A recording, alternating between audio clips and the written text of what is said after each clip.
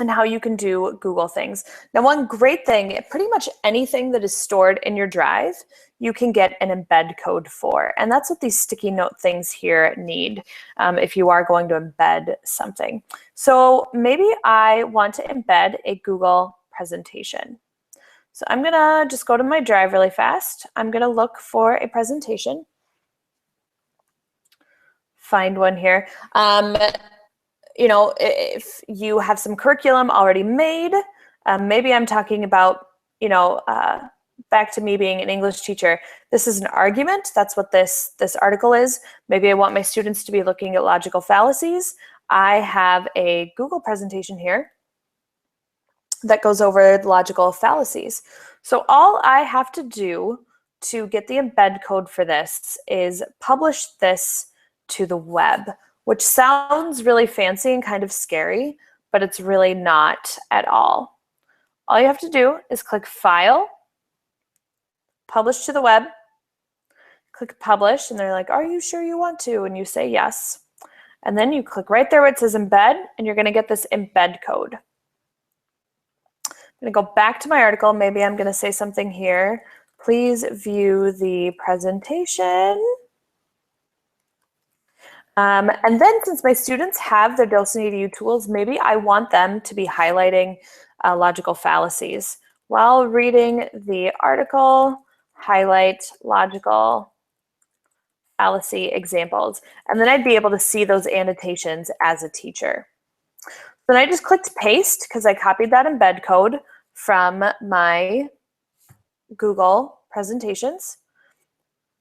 And now my Google presentation is right here in my article. So if I asked my students to maybe highlight logical fallacy examples, instead of them having to go to a different tab or try to remember what I said at the beginning of class, that presentation with that information for them is right here in the article. There's no going back and forth. There's no forgetting. It's right here. It's for my students. And personally, as a teacher, I know that really cuts down on frustration for my students. And I know it really encourages my students to actually pay attention to this information that I'm giving them.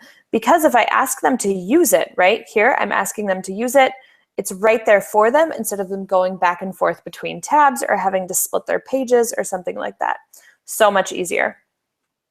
I can also embed images. So if you have if you have images saved in your drive, I have drawings here.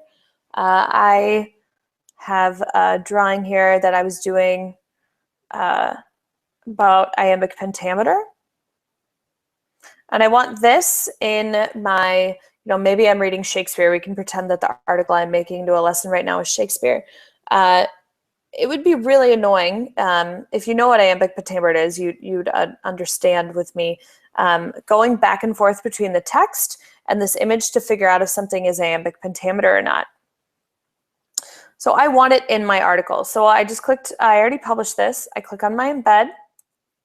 I copy that embed code. I'm going to go back to my article, pretend this paragraph is Shakespeare here. I'm going to paste it in there.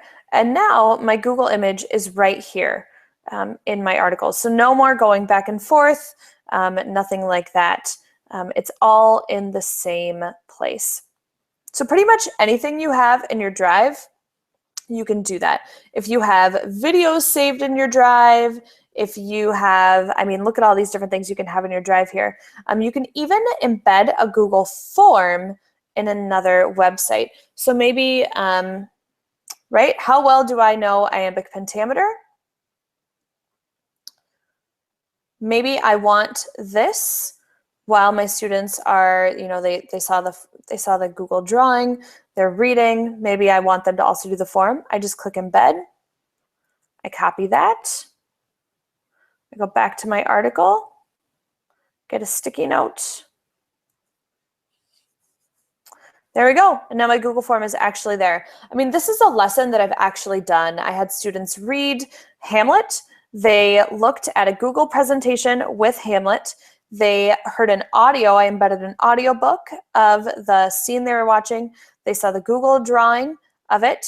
and they had a Google form. So I had 4 Google products embedded in my text, and it really made my lesson flow easily. It made all the information very easily accessible to my students, and it was really helpful for them because they had the information they needed to complete the assignment right there with the actual text. So I've made a Google Doc here, and what I'm going to do so I can use it with Docent.edu is I'm going to publish it to the web. So I'm going to click Publish. Okay, I'm going to get this link, open up a new tab, go to this link. And what I'm going to do then is click on my Docent.edu extension. You can also have it in the app. And then my extension will load.